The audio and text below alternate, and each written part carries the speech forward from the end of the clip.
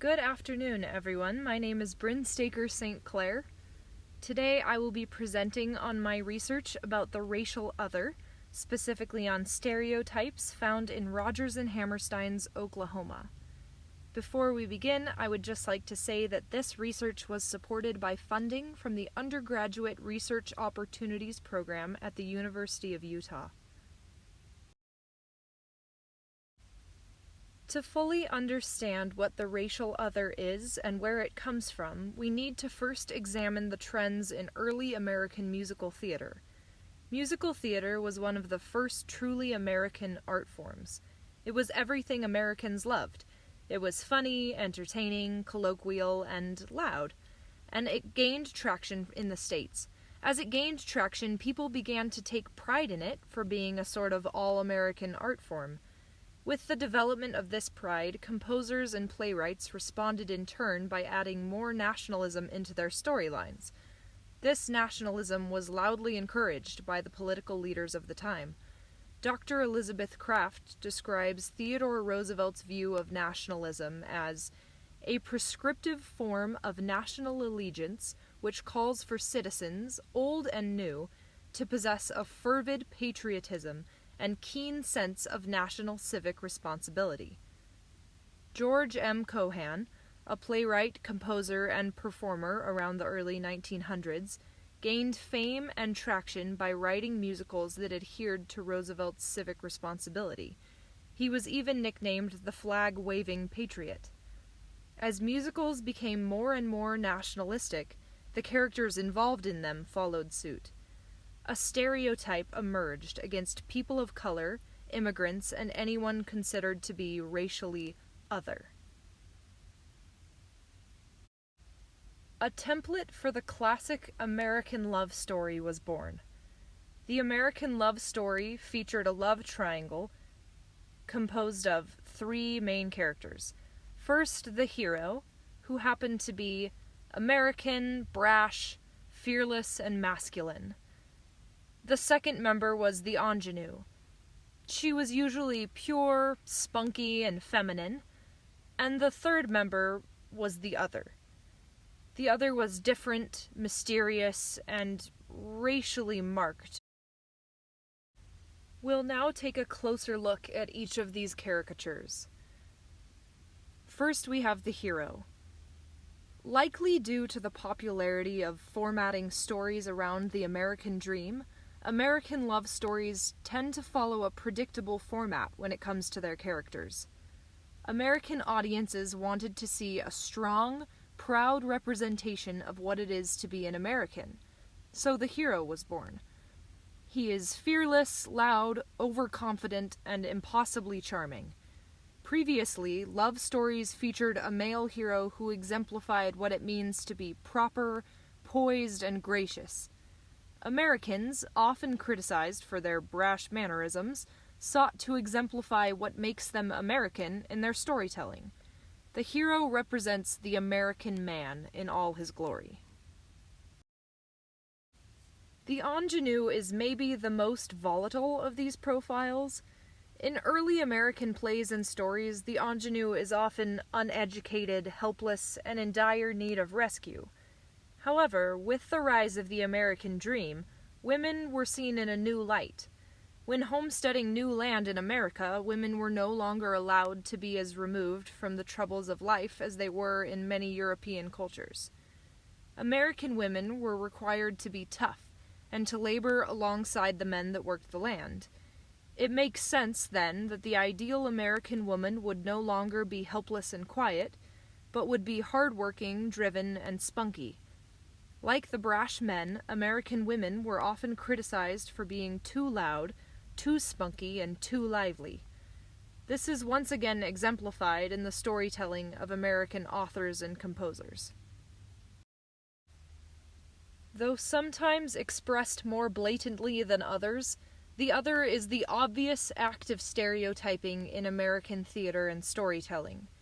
Andrea Most, in her book We Know We Belong to the Land, The Theatricality of Assimilation in Rodgers and Hammerstein's Oklahoma, defines otherness as either comedic or realistic but always portraying a character that is entirely unassimilable. The idea is to create a villain that the American audience hates without having to be told to hate them. The emotional response is created by producing a character that has nothing in common with the audience. The other has to be rejected by society so that the society watching the play will also reject them. This is often done by creating a racial other. If the playwright is attempting to cater to a white audience, as they have often done historically, the other is going to be not white. Setting apart the other as a racially distinct character has created a great deal of racism and stereotyping in theater. All of the sudden, the only roles available for non-white actors and actresses are villains. This poses an obvious problem for a socially advanced society. Now I would like to provide some examples of these character profiles and their relationships using a popular American musical. One of the best examples of this character setup is found in Rodgers and Hammerstein's Oklahoma. Oklahoma is about as American as a story can get. It centers around an early cowboy-esque community in Oklahoma. This musical makes a point to prove that the community is thrilled to be living in America and even more thrilled to be in Oklahoma. They contain a lot of pride for their home. The people are simple. They farm, compete, fall in love, and often argue. The American love story trifecta of characters actually appears in 2 different plot points in this musical, centered around 6 different characters. The first ones we'll address are Curly, Laurie, and Judd. Curly is the main hero of the story. He is portrayed as being an overconfident, robust picture of manliness. He pursues the main female character relentlessly and ends up winning her over and proving to be the exact archetype of heroism that the audience expects. Curly's character portrays the same obvious nationalism shown in many early American works. He, as the main hero, is everything the American audience would want him to be. He is brash, confident, manly, and doesn't take no for an answer. Directors often want the average American man to identify with Curly. Laurie is the faithful ingenue that every Curly longs for. She is sweet, sassy, and makes him feel like their relationship is a chase. At the beginning, anyway. She initially resists just enough to make the relationship enticing to Curly, and then falls into his loving arms as soon as he comes to her rescue. Laurie originally rebuffs Curly's advances, making the relationship all the more enticing for both Curly and the invested audience. When she later feels unsafe, however, she depends entirely on Curly for safety and embraces their relationship wholeheartedly. Judd is the obvious antagonist of the play. In a story that centers around community and belonging, he is the other. No one in the town likes him. The women are scared of him, the men ignore him. He is portrayed as being dark, brooding, and living a secluded and hidden life. When reading his character description, it's difficult to ignore the racial undertones. Like the characters in early blackface, Judd is portrayed as being both undereducated and hypersexual. He also appears to exist in a social class of his own. The people in the town aren't divided into obvious social classes. They all exist as farmers or ranchers of some sort. This is the American dream, after all. Judd Fry, however, is a cowhand on someone else's ranch. He lives in a sequestered old shack and appears to have no family of his own. Something about the portrayal of this character feels off. Judd is the other, but it's unclear to the audience as to why. Curly relentlessly pursues Laurie with no regard to what she insists she wants, and their relationship becomes the primary romance of the story. Judd pursues Laurie as well, but she's disgusted by his advances. In some ways, he's actually much quieter about his intentions toward Laurie, and she is still much more frightened of him than of Curly. To quote Andrea Most again, Laurie fears the racial other. And though he is rarely portrayed as such to avoid offense, Judd is the racial other in the story. Like Andrea Most explains in her book, the other is always unassimilable, but can be portrayed in either a frightening or a comedic light. The other love triangle in this story contains another racial other, but this time with a comedic portrayal. Another all-American cowboy, Will Parker, is the primary love interest of Ado Annie. Will is portrayed as hard-working, respectable, and in love with Ado Annie despite her rampant sexual desires.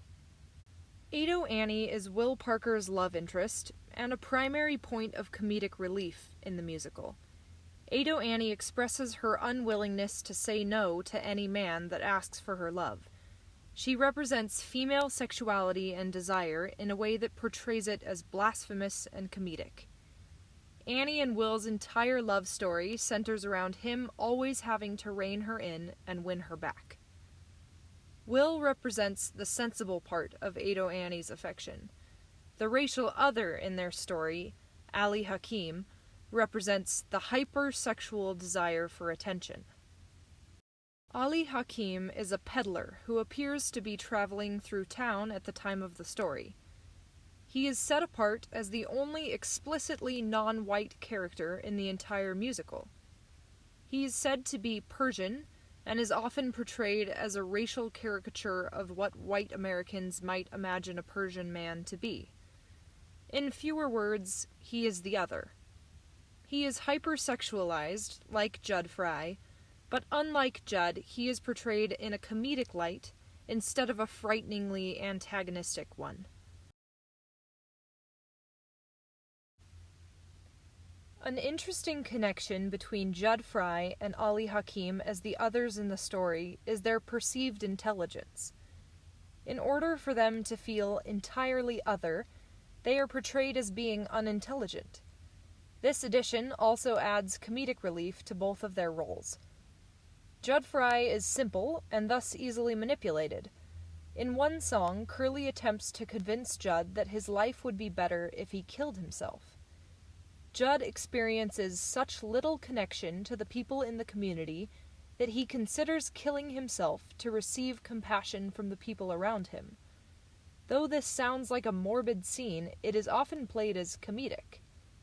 The song is a duet between Curly, explaining the benefits of Judd's death, and Judd, imagining the response of the people in town and the sympathy and attention he might receive from being found dead. Curly says at one point, "And folks are feelin' sad 'cause they used to treat him bad, but now they know their friend is gone for good." Judd repeats the word good after Curly says it, partially to emphasize the rhyme in the song, but partially, from a dramatic standpoint, to address the fact that this is likely the first time Judd has ever thought of himself as capable of good. People view him as a disgusting outsider. Perhaps the only time he could ever find compassion is through his untimely death. Ali Hakim is also portrayed as being stupid as to the ways of the community. He is an outsider and is often laughed at by the audience for the obvious social cues he doesn't understand. His Persian roots are often mocked for being different, like in this conversation between Ado Annie, Will, and himself. Ali Hakim says, "It's a wonderful thing to be married. I've got a brother in Persia got 6 wives. Ado Annie says, "6 wives all at once?" Will Parker says, "Why sure, that's the way they do in them countries." Ali Hakim says, "Not always. I got a brother in Persia only got 1 wife. He's a bachelor." The use of comedy like this to undermine the intelligence of the other is a tool used to make the audience like the male love interest more. The audience couldn't possibly want Ado Annie to end up with someone like Ali Hakim. He's stupid and won't take care of her. Will Parker comes in and saves the day instead. The same could be said between Laurie, Curly, and Judd. At one point in the middle of the show, there is a dream ballet in which Laurie dreams she is being kidnapped and possibly raped by Judd. Curly rushes in to save her, but Judd kills him before he can. This was likely included to dull the sympathy of the audience for Judd.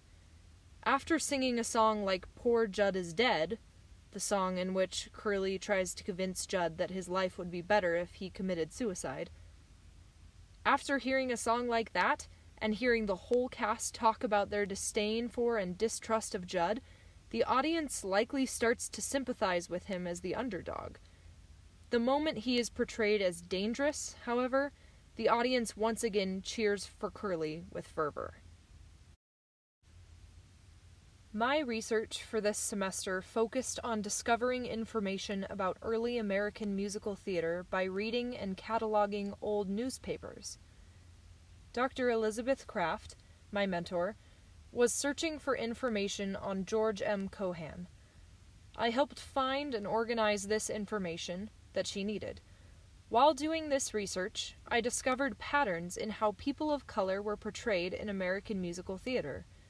George Cohan had some big opinions about the racial others involved in his musicals, and it appeared to me that American musicals after his time seemed to follow his trends. I set out to uncover what the common thread was. That's when I realized it was the stereotypical portrayal of the racial other. The love triangle set up for the hero, the ingenue, and the other has been used in mainstream media for over a century. With more racial inequality and blatant prejudice coming to light, it's time to take a good look at the media our society has consumed without question for years. A dissection of a beloved American musical like Oklahoma is a great example of the hidden, or maybe not so hidden, prejudices that privileged people have built into the media we now accept as the classics.